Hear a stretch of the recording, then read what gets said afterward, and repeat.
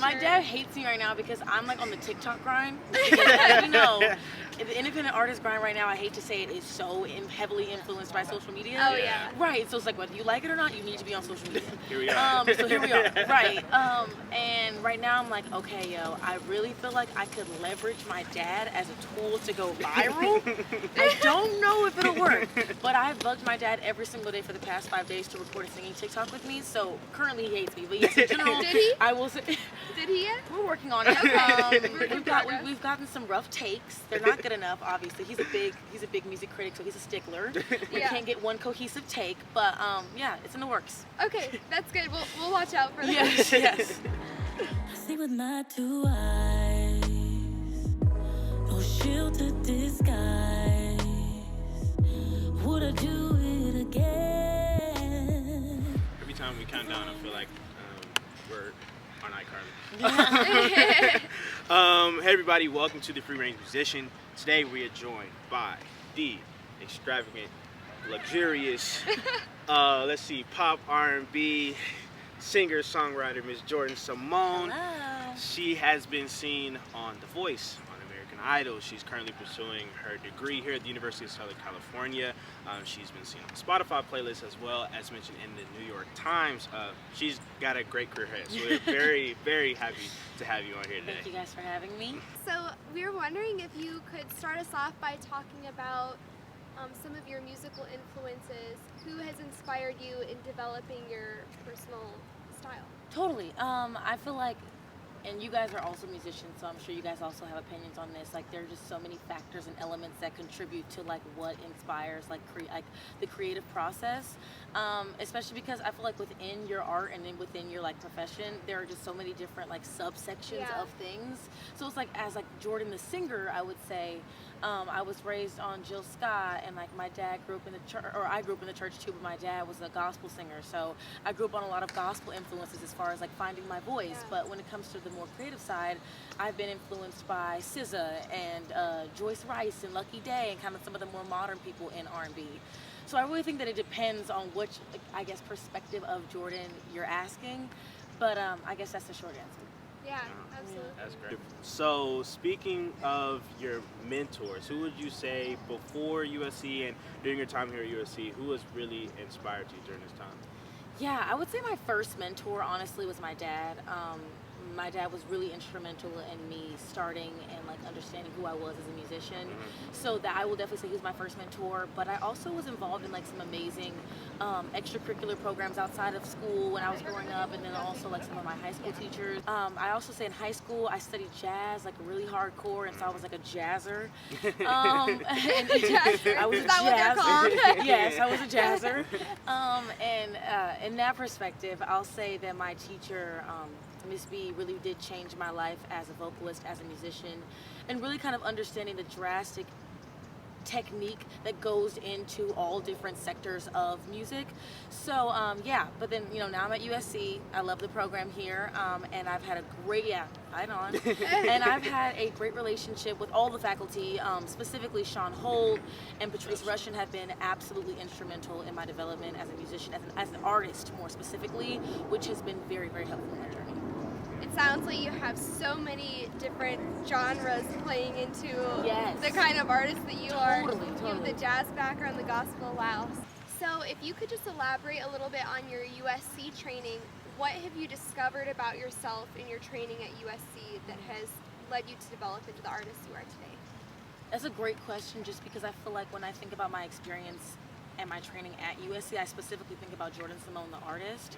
I feel like prior to USC, I really understood myself as a musician and as a vocalist, which were very instrumental in my development as an artist, but USC specifically has done a great job of helping me find my niche, helping me find my strong suits, helping me kind of cultivate a brand, and really, because I'm a music industry minor as well, and so kind of taking classes in tandem with like, my performance classes and my my business classes, I've really been able to say, okay, so this is what people on the business side are looking for, and this is what I love to express on the performance side. How can these things coexist in order to create, Jordyn Simone, the brand, the artist, So I feel like I could not have figured out all these things if I didn't come to USC, if I didn't have this training. But what's actually really interesting is not about like, oh, did I get an A on my theory test, or like, am I good at ear training? Yeah. It's more just like, no, like, were you able to really network? Were you able to really create valuable connections, and that will actually be able to help you in your career and your, you know, regular life in general? And that's what I feel like I can say about USC. I found like a manager, I found a PR team, I have found I literally, like the list can go. I found an entire band. Like, you know what I mean? And they're all dedicated to your right. work We're all too, dedicated to the same thing. Like we all are like crazy psycho like musicians or music industry people who are like passionate about the industry. So I will say that I've found my people at USC, which has been amazing. It's really interesting that you view the musician Jordyn and the artist Jordyn as like separate, kind of, you know, totally. They're distinct, but I think that's really important that you're not just taught how to leverage your talent, you're also taught how to market yourself. Right. So has that been a big part of it at USC? Yes, because those are two separate, you know, those are two separate worlds, honestly. Yeah. I will say, because I mean, and maybe some people would disagree with me and feel like, you know, their artistry and their, like who they are as a musician is the exact same thing. But I just feel like when I was growing up, I had such a great understanding and like, ability to understand and like live in my musicianship, and I didn't kind of have a lot of knowledge on the business side of things. So I will say that like learning how to market myself, coming up with a cohesive release rollout, coming up with how to with a cohesive visual aesthetic, all those things are things that I gained from USC, and I can't say that just being a great singer alone I would have been able to kind of stumble upon those things. You know what I mean? For sure. So a great memory I have with Jordyn with our time here at USC. Last year we were all stuck on Zoom, of course, but we had the great, what he called himself, a songwriter singer, I believe. He didn't even call himself singer-songwriter. And Jordyn comes into the class, and our professor Chris Sampson, he's like, "Hey Neo, we've got like we got a special guest performance." And Jordyn comes in there and she sings a medley of Neo songs, and it was amazing. It was like everything Neo said was great, and then she came in there and just blew put it the all house together. down. And blew the house down. It was great. Oh, thank you. I It was appreciate amazing. it. I appreciate it. But speaking of like the name like singer-songwriter, what is that? What does that even mean to be both and not one or the other? Yeah. Once again, like kind of similar to my feelings towards being a musician versus being an artist, I also feel the same way about being a singer versus a songwriter. Okay. I think those skills are developed very differently. They call for very different types of training, very different types of discipline. So I feel as a musician that they live in different spaces. And over quarantine, I was like, I was talking to a friend of mine, or honestly a mentor of mine, and she was like, you know, if you really kind of want to delve into the artist space and really want to be a songwriter, great as a songwriter as you are a singer, you're gonna have to do some separate training. And so I was like, okay, I gave myself this exercise where I'd write 50 songs over the the COVID summer. Like it was like, what year was that? Like 2019, 2020, one of the two. Man, The all years jumbled is just together. the years are they're not aligned. Whatever.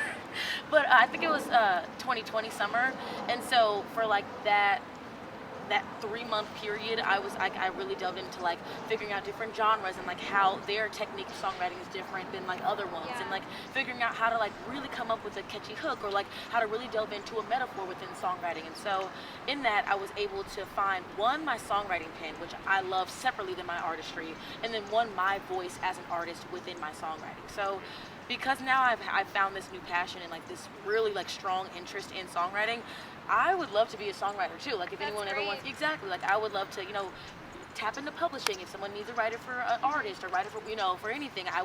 I'm also passionate about that. But it was a great experience for me to realize what's good, what's bad, and what's mine, and what's somebody else's. Right. Because my signature, my writing style, like what I want to represent within my brand, I can write the best song ever, but that still doesn't guarantee that it sits on the back of my artistry. Yeah. And I think that by kind of really finding my voice within my pen has been really instrumental in my songwriting journey. That's great. It sounds like COVID was instrumental for you in giving you the time to like step back and take on this new kind of, it probably took a lot of learning, I can imagine, a lot of time, writing 50 songs. It took on a new life, honestly, because I feel like at first, because I come from a more musical background, I love performing. And so although that's a really strong passion of mine, and it still is, I think that it was used sometimes as a scapegoat to neglect from other things that make a great artist. Yeah. So when the one thing that I loved so much was kind of taken away from me, it forced me to regroup and ask myself, what am I not doing? Wow. What am I not doing to further myself, you know? That's great. Yeah. All right, so you mentioned us coming into your space and you coming into our space, but I think we're coming to your space first. What's it like being in the studio with Jordyn Simone? I feel like it's a different experience every time, because I feel like depending on like what producer you work with, or depending on like what your vibe is, sometimes I can walk into a session with like a finished songs and like what I want the chord progression to be, and kind of just bring it to the producer and have him kind of flesh out some more of the production ideas. Or sometimes I'm writing the song in session with producers. So it really does depend on what the vibe is at the time. Right now, like I'm on a big like singles like space, and like I'm not really focused on my mindset is not really on projects right now, because I feel like project writing and single writing are very different spaces. Right now my goal is to write bops. I want to write, you know, honestly, I want to write bangers. So with that being said, I feel like my sessions right now are really dedicated towards and are honestly leaning really in the pop space, specifically within songwriting, to ask myself, am I creating catchy hooks? Am I creating something that the masses can sing along to? Am I creating something that TikTok can hop on? Whatever the case may be, it's like the catchy hook factor is like the goal right now. So we're big fans of your work, and you have a huge new single coming out at the start of the year. So I was wondering if you could tell us a little bit about your new release. Yeah. I'm dropping a song at the top of the year called Hideaway. I'm actually very excited for its release. It's kind of been a long time coming. The song was finished a few months ago, but based on like release rollouts and really wanting this to be a great like a tool to propel me within my career, I wanted to take the time to actually make sure that everything was ready and final on all ends. So I decided to kind of push back the release, so I'm excited for the top of the year. Yay. So Hideaway, I don't have an official date yet, but we're hoping for mid-January. Great. That's We're great. excited. Yeah.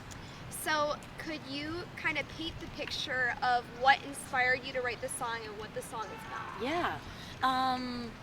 I thought that it would be really interesting to take a kind of more of like a sassy, cheeky approach to like moving on from like a breakup situation, because I know that like we can always write depressing songs about you know window seals and teardrops and rain and all that, and that's like totally valid. Like I have 1,000,001 of those, don't get me wrong, but I felt like it would be more funny to say like in the same ways in which you experience betrayal and perceive that person as a liar. Well, technically I'm a liar too, and I lied about not being able to, or getting over you basically. So that's kind of like the cheeky response to moving on.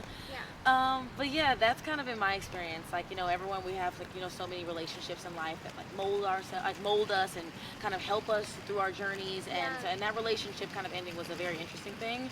But I feel like from that I've really been able to like find what I want to say through it.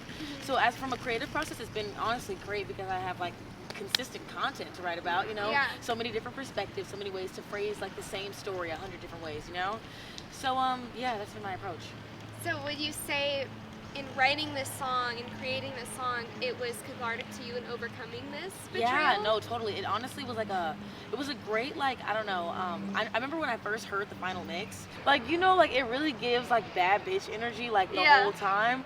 And so like obviously there's parts of like breakups where like you're laying in the bed eating ice cream all day, but then there's parts of the breakup where like you get up one day and like you beat your face and you're the baddest bitch, and it's like I don't need anybody, like I don't give a fuck. And that's really what this song kind of represents. It's like that side of the breakup where it's like I'm gonna pick myself up and I'm gonna thrive nonetheless. And so honestly it has a great like empowering feeling to it too, at least on my end, and I hope that's also expressed as well. But yeah, I think it's all about finding independence, of finding your way through difficult situations and like overcoming nonetheless, That's great. Well, we loved the song, and it's amazing. Yeah, we're really excited for the official release. Thank you. All right, well, thank you so much for coming on to the channel with us today, Jordyn. I mean, this has been like one of my favorite reviews that we've done by far. We are super excited for the release of Hideaway, and look, for our viewers, you need to go check out Jordyn's stuff. We will be dropping on her Instagram profile let's see, we got Spotify links, Apple Music links, all that stuff. It will be down there in the description. You've got to find her, got to check her out. We'll put the New York Times article in there. Make sure the Spotify playlist is there. It will not be hard to find it. Just check the description, and please, please, please don't forget to like and share this with your friends and subscribe. Jordyn, you're gonna be great. Thank you so much, guys.